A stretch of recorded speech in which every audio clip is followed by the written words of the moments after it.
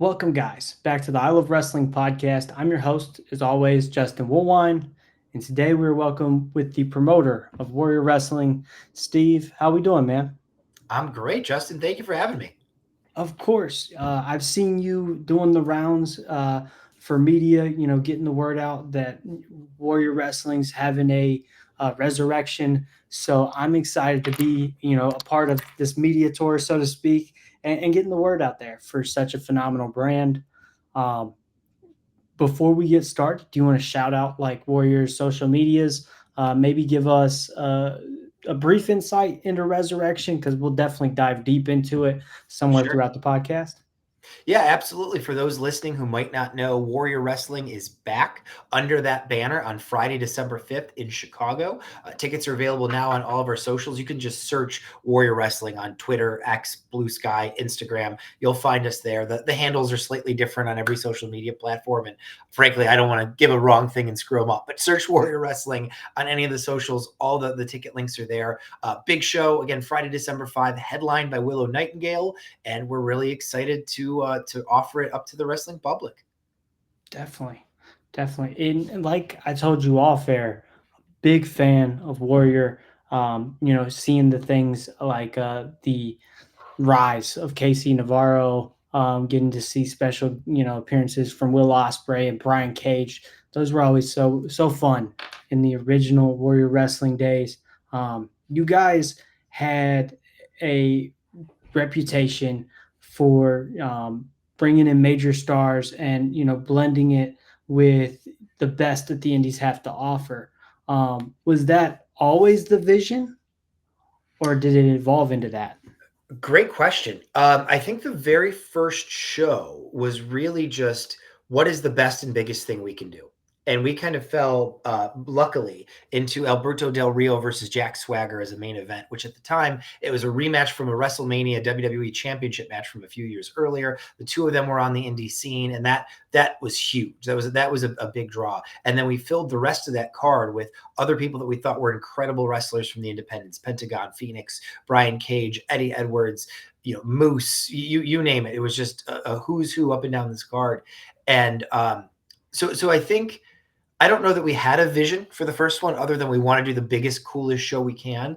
And then as the shows evolved and we became a regular occurrence, then I think it very much settled into a combination of a few big names on every show, a few people you've grown to love by watching our shows before, and a few people you've never seen before. That was something we always prided ourselves on, that even if you came to every show of ours, you would see somebody new every show. We'd be bringing in different talent from somewhere else in the country to expose you to people that we think are going to be the next big thing, the Wardlows of the world, the Casey Navarros of the world, right? Stephanie Vaquer a year and a half ago, and now WWE Women's Champion, right?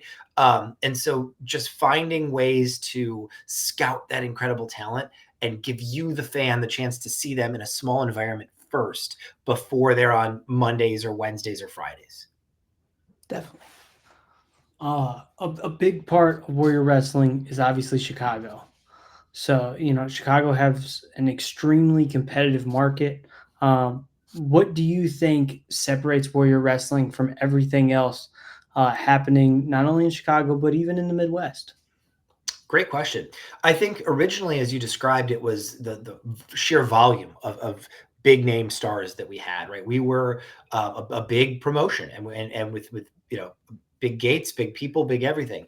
I think as it evolved, as we figured out how to do shows more and more effectively and more fun, it became the atmosphere as well. So whether that was in the gym at Marian Catholic, whether that was in the Bendix Arena in South Bend, whether that was during COVID on the football field in the South suburbs with the cowbells and the people in their lawn chairs and that kind of thing, and then transferring that energy back inside with cowbells and streamers and drinks and food and the fan fest and all of those elements. So I think it's a combination of the big names for sure, but also the all-inclusive atmosphere that we built. And regularly we heard from folks who said, I come here from Louisville, from Wisconsin, from Michigan, from Iowa, from wherever. Yes, for the show, but also for the fan fest and the people I've met here and the people I've gotten to know through your previous shows. So it's a combination of big names and creating a really unique atmosphere that's unlike anywhere else you're going to find in independent wrestling.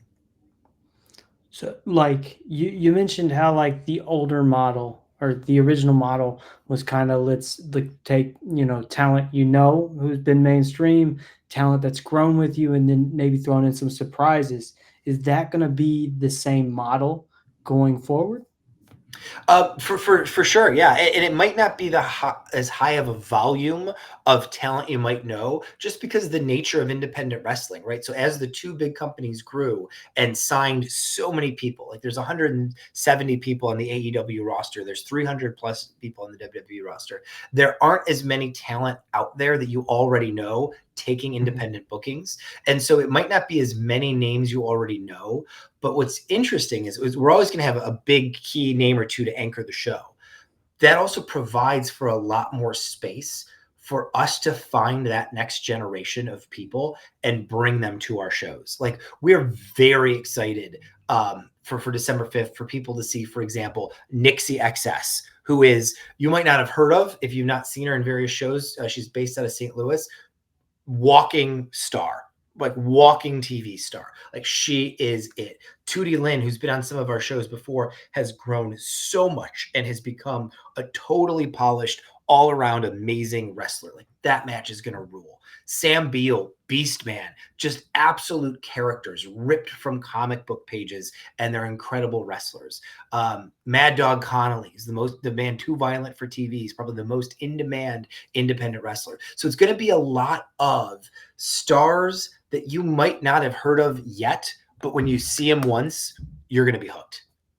Definitely, definitely. A lot of rising names, like when you mentioned Conley or Beal, just to name a few, like or even Trevor Outlaw. I know Yes. he's on the card. I've had him on the podcast. Hilarious individual.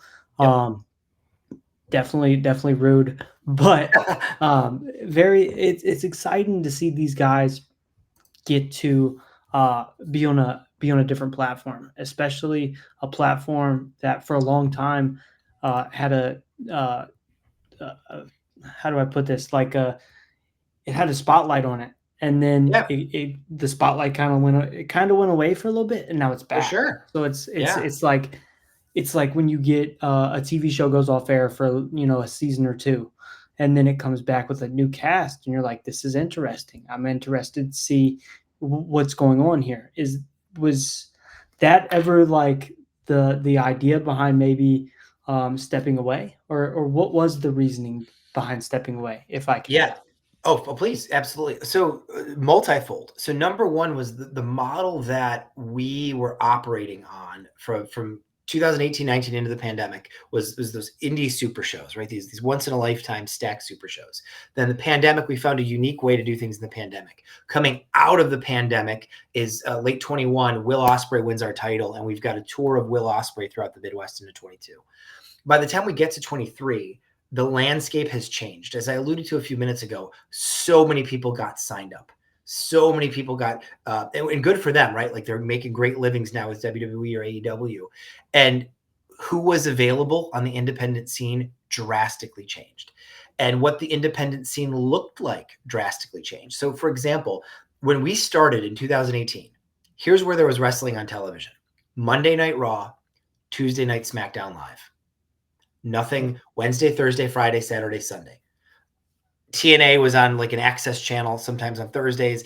NXT was on the WWE Network app at some point post taped, but you had no wrestling to watch. And so that when as indies grew, what wrestling fans were doing on Fridays, Saturdays, Sundays, even Thursdays was watching streaming of indies. So we started Warrior in this era, especially in 18 and 19, streaming really boomed, where people were watching indies and absorbing indies several nights a week because that's how they were watching wrestling. Fast forward to today, you've got Raw on Monday, NXT on network television on Tuesday, Dynamite on Wednesday, sometimes Collision on Thursday, SmackDown on Friday, sometimes Collision or pay-per-views on Saturday, pay-per-views on Sunday. Haven't even gotten to TNA yet, or like New Japan, or so there's just so much. So we exist now, and this is what led us in 23 to reevaluate a lot. The world came about where people weren't watching indie wrestling anymore, and all of the great indie wrestlers were signed up to AEW or WWE. And what we used to do, those giant super shows, no longer financially feasible because part of it's the talent's not there, but the demand wasn't there either. So we went through this long internal discussion of, do we want to keep putting on Warrior Wrestling shows if it means it's going to be something different? Like and our answer resoundingly was no. Like we only want to do a Warrior Wrestling show if we feel like we have got an idea, a show, an atmosphere, a concept that is super unique, stands out, and is amazing. We didn't want to do a Warrior show watered down to be something else that it's not. So we said, you know what? Let's put Warrior on the shelf. Let's put the Lamborghini in the garage and cover it with the tarp for a while, and we'll take our Honda Civic out for a ride. And so in 2024 and 2025, we've been experimenting with these one-off shows, partnering with breweries, not under the Warrior banner though, because we didn't think it was going to become Warrior Wrestling. And in doing these brewery shows, we have relearned the importance of atmosphere. We've relearned finding unique talents. So much so that a year and a half into doing these brewery shows, we talked about it again and we're like, you know what? I think that there is a formula here. There's a combination in which we get a couple of those big names and we do this in breweries for these unbelievable atmospheres. And we could hang Warrior Wrestling's hat on that. So we went away because what we were doing was no longer feasible. And we weren't sure what we could do that would be unique in the marketplace. And over the next year and a half, we kind of figured out the idea that's become this show coming on Friday, December 5th, where we go, this is what we can do. Now we've got an idea. Now we've got something to sink our teeth into. And it's going to be not just the matches, but the whole experience. This pregame party that we're doing with a whole bunch of sponsors we've got on board, Jackbox Games, Cards Against Humanity, Malort, Demo's Pizza, a whole bunch of interactive fan things we're going to do during the wrestling show itself. This is going to be an evening unlike anything you've been to before. And that's something that excites us. So that's kind of when we're like, all right, let's take the tarp off the sports car. And I think we've got a cool path to drive it down. Absolutely. Absolutely. Definitely. I'm curious, just, as fans, we've all done the fantasy booking of a card, or we've all, put together what we'd like, these shows to look like. For you as a promoter, what's your philosophy when it comes to like scouting for talent and even booking a show? Wow. So I'll take talent first. Great question. I am looking for people who, I have an acronym I use internally, which is ICU, kind of like intensive care unit. ICU is interesting, compelling, and unique. Interesting meaning you grab my attention. Compelling meaning you make me want to see what you're about to do next. And unique meaning you're unlike anybody else. I am looking for talent whose ring work, promo work, look, character work, and presence, some combination of those are ICU, interesting, compelling, and unique. There are a ton of really good wrestlers out there who are really good in the ring. They know how to do a bunch of cool moves. Nothing about them is ICU. Nothing is interesting, compelling, or unique. So when I look for talent, I want interesting, compelling, or unique. For example, one talent we didn't mention earlier, Beastman. I love Beastman as a talent. I love him as a fan. I love him as a promoter because he is interesting, compelling, and unique. There is only one Beastman. He wrestles like Beastman. He walks like Beastman. He snarls like Beastman. He is a fully packaged, fully developed, fully realized professional wrestling act. And that's what I am looking for. And I regularly have conversations with folks across the indies, a bunch of workers who are great people working hard, and they haven't figured out their ICU yet, what makes them interesting, compelling, and unique. And so as a booker, that is what I am looking for. There are people, I will book someone who's interesting, compelling, and unique and has a different ring style over someone who's got a super indie flying whatever ring style if they're bland. Because I'm looking for interesting, compelling, and unique. And then as far as putting a card together goes, I am always trying to create a buffet or a plate full of a whole bunch of different foods. So we believe, and Eric, my best friend and my right-hand man in all of this and all of my other crazy adventures in life, we believe that you shouldn't have any match compete with another match on the show, in the sense that every match should be different or unique. So if you go through this card coming up on December 5th, we have a crazy character party match. We have a great women's match. We have a great tag team match. We have a great lucha match. We're gonna have a great brawl. We're gonna have a great cheating heels character match. We're gonna have a great main event style match, and then we're gonna have a great second main event with a TV star and a whole bunch of other hijinks that you'll see when you come to the show. So all of those matches are different from one another. You don't have two similar matches competing. And so as a booker, my philosophy is I want to give you, the fan, a taste of everything. I want you to taste steak and potatoes and green beans and ice cream and creme brulee and all of it. So you can walk away going, I had a complete meal. I didn't walk into this wrestling show hoping to see something that I didn't get to see. I want you to see all of it. So just to carry on with that kind of, Warrior for a long time was known for, we've talked about the special appearances, the big stars, the unforgettable moments. How much of that was you guys doing, long term planning and looking ahead? And, on the other side, was it something that you let maybe happen organically and in the moment? We built around who was available and when they were available. So, Okay. for example, the first time we had Will Ospreay was December of 2019, Warrior Wrestling 7. I first talked to Will Ospreay in the summer of 2018, ahead of Warrior 2, and we just couldn't make the dates and the structure work for Warrior 2.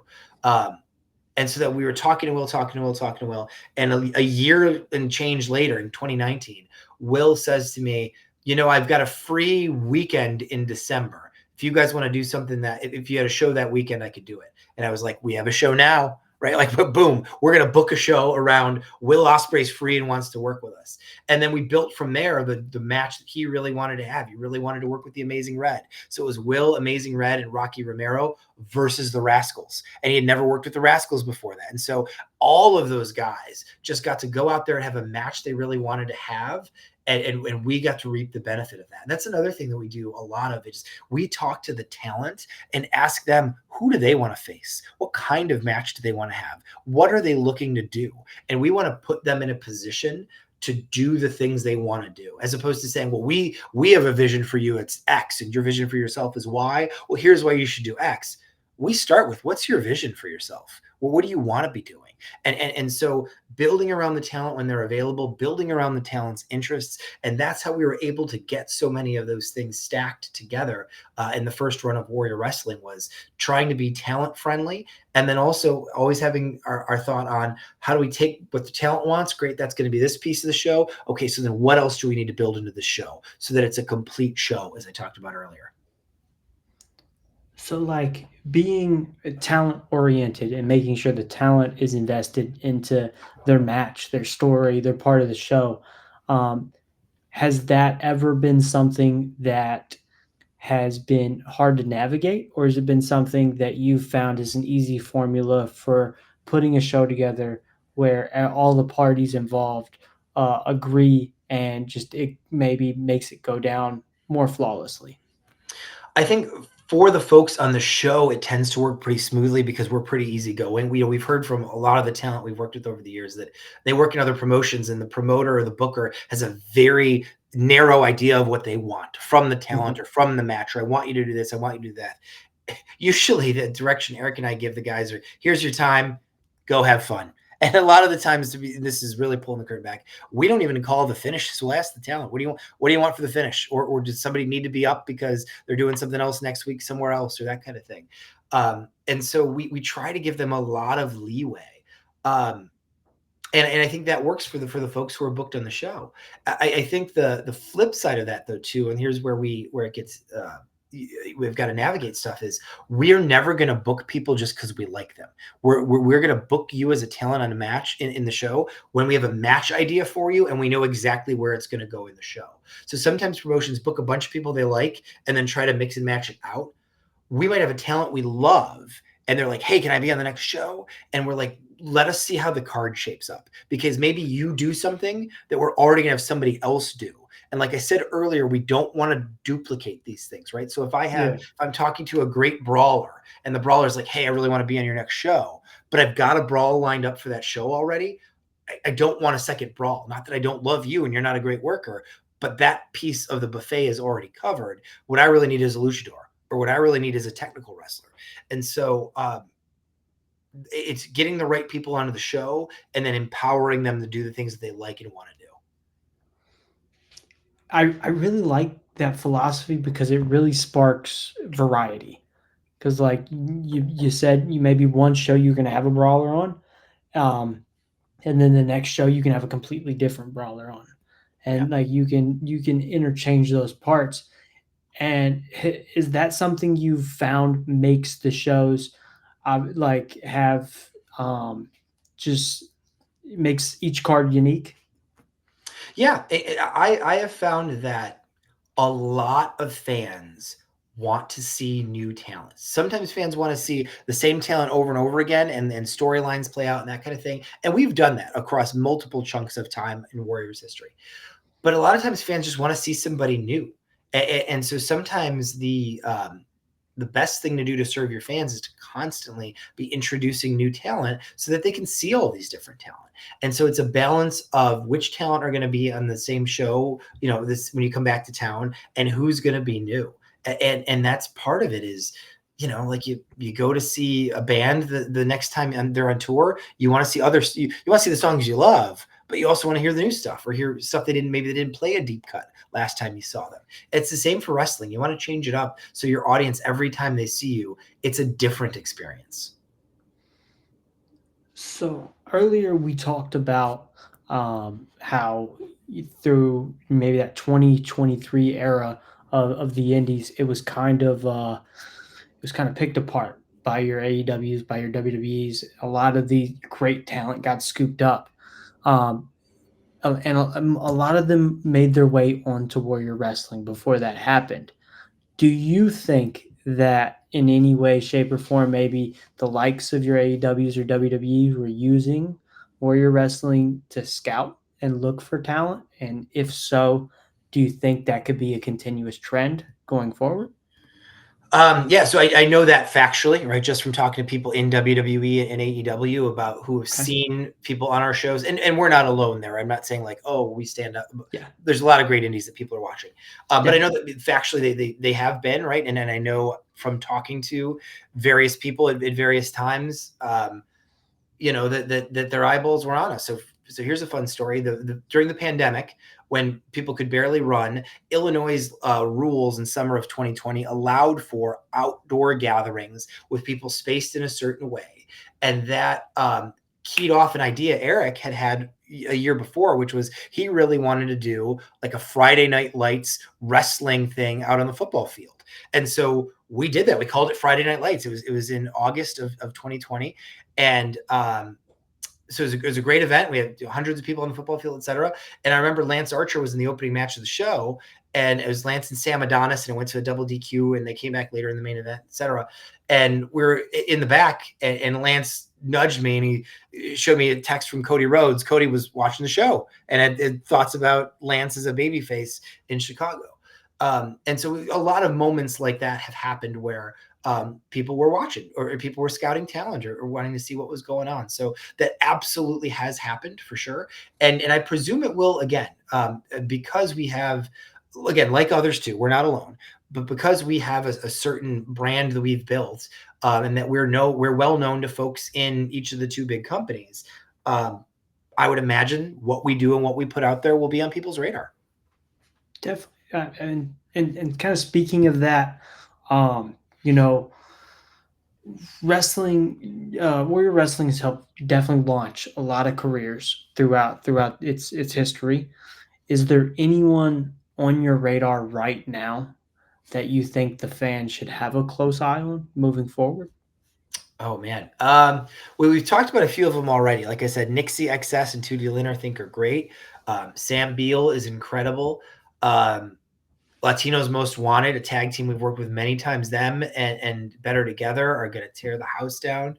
Um, Cody Lane is making his Warrior debut against Sam Adonis. He is going to be a big deal. I mean, I I think the people that we have on this upcoming show on December 5th, we've cultivated them for what we're looking for. And not that what we're looking for is exactly what the two big companies are looking for, but there's a lot of overlap there. So I could see anybody from this show getting plucked one day. And it's interesting too, because sometimes there are some people you think are surefire to be big superstars, and for one reason or another, it just doesn't happen. And there's other people who you love and you hope it could work, but you don't think it might, and then they just take off, right? So it could be anybody, right? If you're there on December 5th, anybody that you see there could be on your television in a year. Definitely, definitely. So I want to kind of dive into Resurrection. I guess first and foremost, why was that the right name for the show, and maybe even the right theme for the show? Yeah, well, I think it's a coming back to life of something like we talked about earlier that was put on hiatus, and we weren't sure if it would come back or how it would come back. And we had a little bit of internal discussion about should we use a name like Resurrection or should we just number it again? The Warrior shows all had numbers before, but from a promotional standpoint, I wanted to make the statement that we're back. And in case anybody thought, well, where have they been? We had been. The Warrior brand has been gone, and now it's back. And I want to make that very clear. And I felt like that helped with a lot of the kind of the pomp and circumstance of announcing it. So hell yeah, it's coming back from the dead, and it's here to kick ass. So, I mean, I know I said we're going to talk about Resurrection now, but kind of a sidebar. Um, Please. you talked about the brewery shows earlier that you did while Warrior was gone. Is that something that could continue? Like you have Warrior here, and then you also do the brewery shows over here, maybe as its own separate entity. Possibly. What I really think is most likely going to happen is the two are going to merge, and we're going to see Okay, Warrior Wrestling at the breweries going forward. Because what I we like that. found in doing those shows is that that atmosphere is so unique, and it's so energetic, and it's so filled with people buying in. Like there was one of the shows, one of the brewery shows, we were sitting there, and our team was just like, this is Warrior Wrestling. Like we put Warrior on the shelf and we went out in the wilderness to find other ideas. And this other thing, like this is the thing. Like here it is. So I see it being a marrying of the two. Warrior Wrestling will be the show and the brand and the continuity that goes to Lakefront Brewery in Milwaukee, that goes to Rhinegeist in Cincinnati, that goes to a couple of the other cities that we're talking to. I think that those are going to be the locations where Warrior Wrestling comes. Do you have any teasers for what those other cities may be? We are in discussions with Detroit, so nothing official yet. But we'd love to come back to Michigan. Um, Always would love to get back to South Bend, one of our best places to be in Indianapolis. Nothing official on either of those, but I can tell you we are definitely going back to Rhinegeist in Cincinnati, and we're definitely going back to Lakefront in Milwaukee. So we will be Wisconsin, Illinois, Ohio, and hopefully Indiana and Michigan as well. Okay, okay. So, I mean, obviously, as a wrestling company, a main focus has to be the fan experience. Um, for a fan new to Warrior Wrestling or a returning fan, what do you want somebody's feelings to be walking out of Resurrection December 5th? That I had so much fun. I had so much fun, and I can't wait to come back with my friends. Not just from the matches. The matches were cool, but I had so much fun in the pregame party. I had so much fun meeting other wrestling fans. I had so much fun winning cool prizes. Like I just had so much fun tonight. That is what we want, especially in Chicago right now, especially with all the stuff going on in the world. And where we live in Chicago, there's been just a lot of turmoil and stress and a lot going on in my neighborhood here on the north side. And just for people to walk out saying, what a great night away from the world. I had so much fun. And another big part of independent wrestling lately has been its accessibility to streaming platforms. How important is like digital access going to be maybe to the growth of Warrior Wrestling moving forward? It'll be important, and we will put product out probably on YouTube for free. But as I Okay. mentioned earlier, the airwaves and the internet waves are so saturated right now. If I put out a Saturday night show and you could watch our show or Collision, probably going to watch Collision, right? Like no, and no offense to us, like those are world renowned stars, right? If I do a Friday show and it's us or SmackDown, most folks are going to watch SmackDown. And again, no offense to us. So I don't know, and I'd be willing to be proved wrong.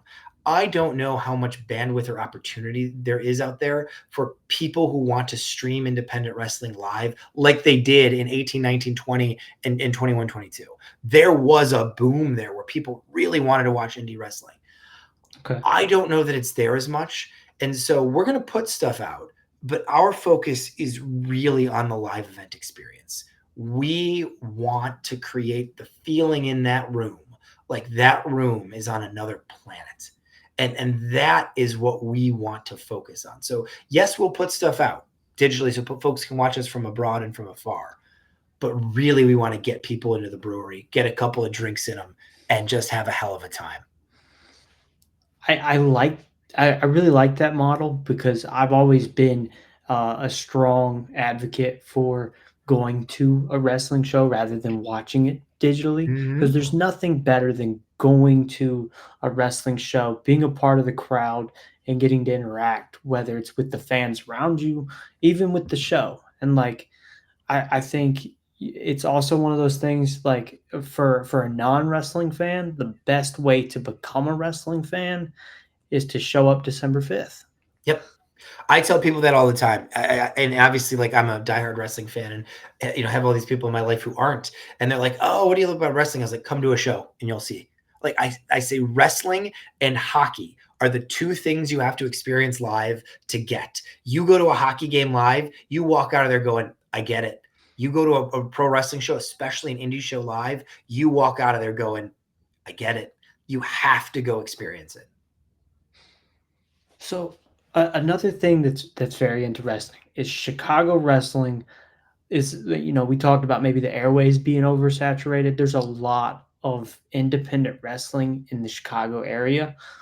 Um, Obviously, Warrior Wrestling has had that spotlight and that platform before. What's what's your goal as the promoter to make Warrior stand out from the other promotions within the Chicagoland area? So two thoughts here. First of all, I'm a strong believer and always have been that a rising tide lifts all boats. So we I don't like want to prosper at the expense. Yeah, right. We don't want to prosper at the expense of somebody else, and I don't think we need to. I think there's more than enough room for there to be a variety of different options for wrestling fans in Chicago. So number one, we're not against anybody else and trying to beat anybody else. We're trying to do our own thing, and would love for all of us to rise together. Number two, I think, how do we stand out? By being different, by offering a different experience. Every promotion has its own niche, whether that is freelance wrestling or Chicago style wrestling or AAW or Black Label Pro or Gali Lucha Libre or any of the number of shows that run in Berwyn, right? Every one of them has their own niche. And so we need to be us. We need to be ICU, interesting, compelling, and unique. And the way I think we do that is with a smorgasbord of different types of matches on the night, with a giant star or two, and with a pre-game and post-game and during game experience that's unlike anything else. We want to be totally unique and different, not better or worse, just unique from other promotions. So the people say, "Yeah, I went to this promotion last week. I'm definitely going to Warrior next week," because it's a different experience. Mentioning all the other independents in Chicago, could you see yourself doing any type of collaborations or like joint programs with any of those independents? Possibly. I mean, we're always up for it. We've co-promoted, as in like handing out flyers and talking about shows with a bunch of those independents over the years, and we're very much in favor of that. Like I said, I believe a rising tide lifts all boats. So whether we see Warrior versus Chicago style or Warrior versus freelance, will we be up for it? Sure. Yeah, if the right creative idea made sense. But in the meantime, we're also happy to tell people, thank you for coming to our show this week. Hey, freelance has got a show next week. Make sure you check it out. Happy to do that. I really like that mindset and the fact that you said it because I think right now in wrestling, maybe more than ever, especially in the mainstream, the tribalism, I think it Oh ruins God. wrestling for a lot of people. So hearing somebody who is a promoter and somebody who's at the top of a wrestling company, who being able to say, "Hey, I'd love to work with these other places," and I've even went as far to help these other places. I think it speaks volumes for one, the person you are, and maybe the values that are behind Warrior Wrestling. So I just want to commend you. Thank you. Well, we love wrestling. We absolutely as you do, right? Like I love wrestling podcasts. Yes, We love sir. wrestling, and we are not here to say don't go to some. Please go to all the wrestling. Like that's please go Definitely. to all of the wrestling. That is what we hope you do as a fan.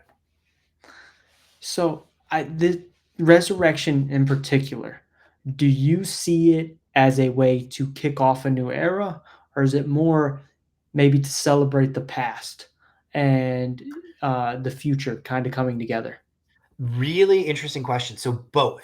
There will be a bunch of elements that I won't spoil here in the pregame party that celebrate the past. So if you Okay. have been to, and it's funny because I watch as all the tickets come in. Some people are coming for the first time. Some people have been to 10 plus or 15 plus Warrior shows, and it's so cool to see.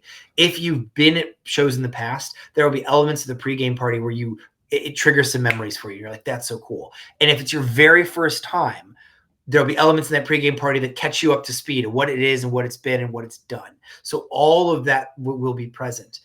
But December 5th is about setting the stage for the next chapter. So we're going to remind you of where we've been in the pregame, and then we're going to go to where we're going in the game itself, in the show itself.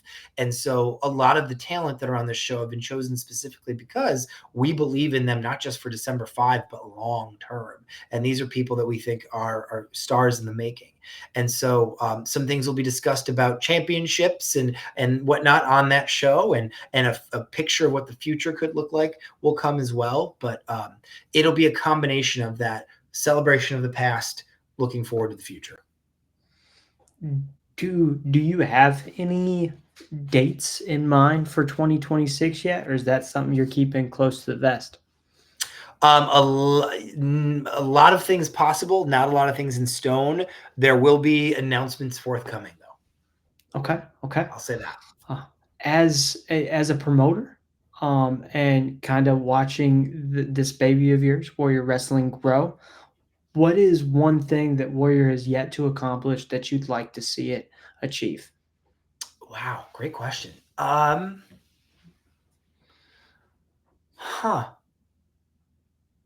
As far as the product itself goes, I don't know because I've been so happy with everything that we've done. Like I could never have dreamed when we did the first, because the first one was just going to be a one and done. And then the second one, we had Rey Mysterio. And then the third one, we had Bandito and Brian Cage and, A Kid from Spain and Carlos Romo, who's now Axiom. A Kid is in WWE and like against the Lucha Brothers. And then it grew and it grew and it grew and it grew. And then we were all in weekend. Then we were running all out weekend. Then the pandemic. And then we had outdoor shows. And then Will Ospreay came back. And then Will Ospreay was our champ. And then Will Ospreay took the Warrior Wrestling Championship belt down the rampway at the Tokyo Dome for his main event at Wrestle Kingdom against Okada. Like I could have never imagined any of that. So there is not like a specific goal. Like I want to sell out this venue or I want to host this match. Like we just want to keep having fun and throwing a party. Like we could never have imagined that it would have been what it became and it is right now. So we just want to keep having fun. So that's kind of a non-answer because I don't really have a specific answer. We just want to keep the good times rolling. I like it. So I'm gonna ask one more warrior related question, and then I'm gonna ask you some maybe more personal wrestling related questions Okay. before we get off here. But for someone who's maybe on the fence about buying that ticket to Resurrection, what do you say to entice them to buy that ticket to get them in the door? So I am a big fan of live event experiences in general, right? Music, art, theater, wrestling, cool tours, museums, all of it. And I just believe so deeply in getting off your couch and going where people are because there is an energy, there is an electricity in a room where people come together. Bruce Springsteen, whom I'm a diehard fan of, he calls it the magic trick. But 5 hours ago, this room was empty. And then you came. And then we came here. And then we all put this thing together. And now there's 50,000 people singing a song and crying together, right? There's this magic trick of what this empty space became. And so if you're sitting on your couch and thinking, maybe I'll go to this wrestling show, go, because magic is not going to strike on your couch. Magic is not going to strike on your phone. Magic is not going to strike on your television set. Magic is going to strike when you go somewhere, especially if it's a new experience for you, and you open your mind to it and you throw yourself into it and you cheer and you scream and you yell and you make a friend and you walk out with your ears ringing from the sound and you go, what a night. So that's my pitch. Like, I could tell you, oh, this match will be cool, that match will be cool, and they will. But my underlying pitch to you is, come check out a really cool experience that you can only have in person, and you can only have with the crowd, and you can only have on this one night.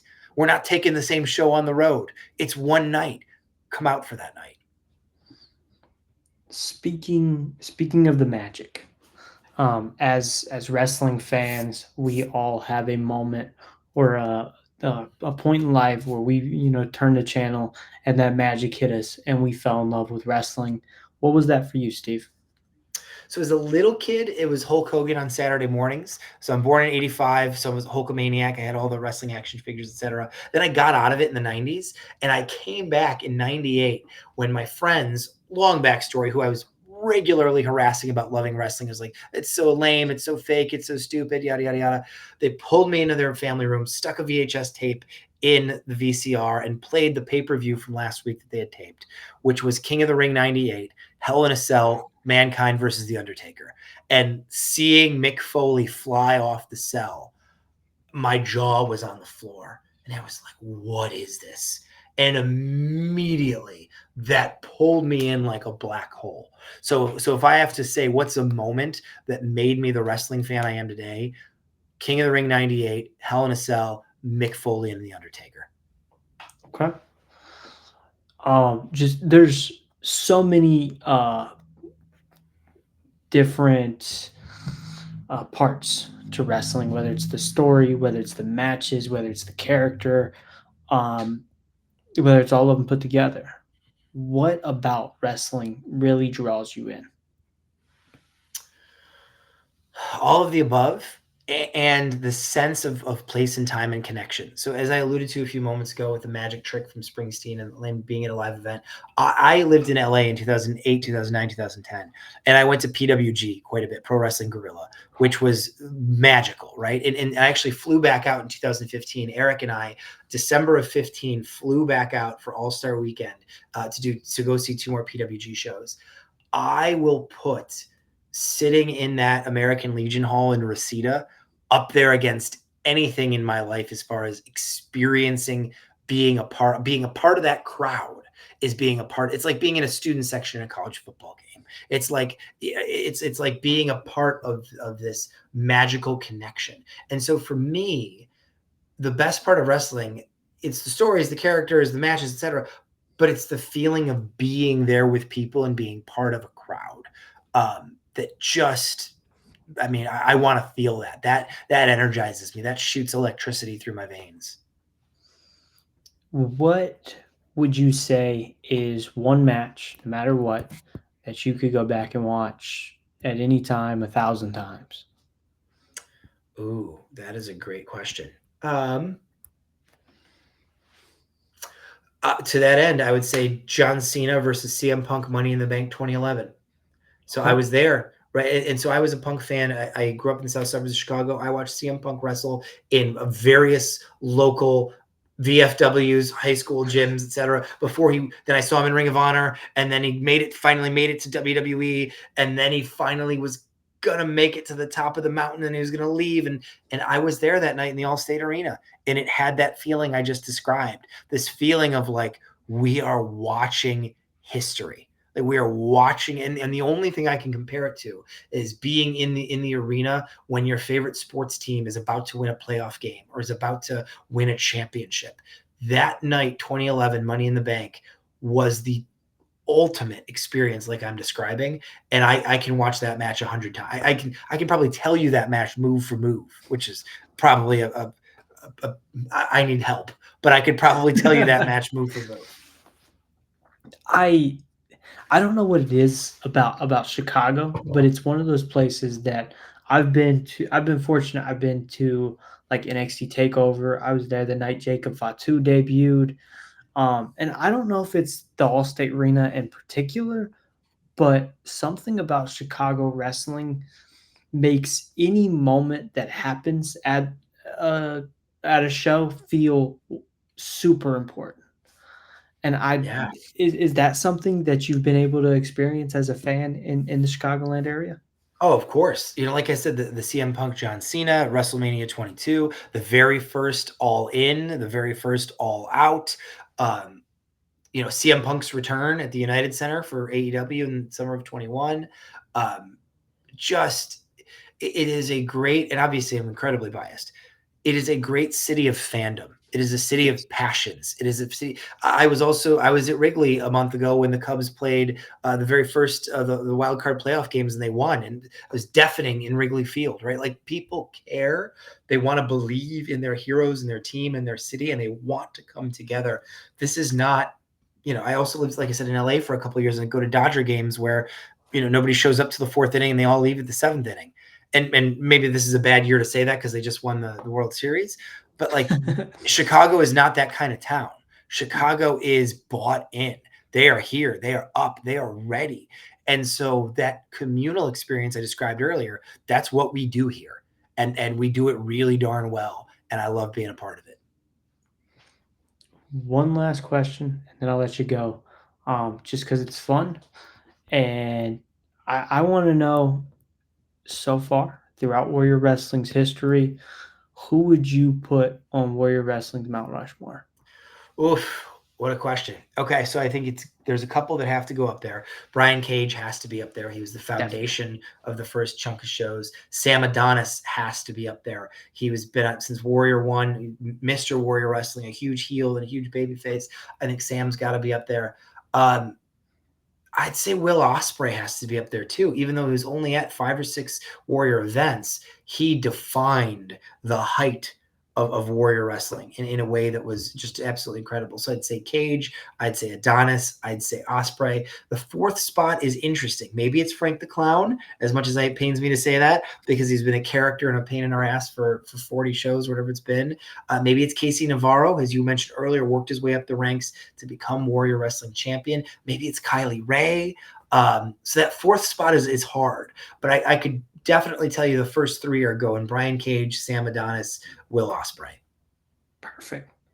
Steve, thank you so much for joining us. I can't personally wait for December 5th, Resurrection. Everybody listening, go, go, buy a ticket, be a part of the resurrection and the rebirth of Warrior Wrestling.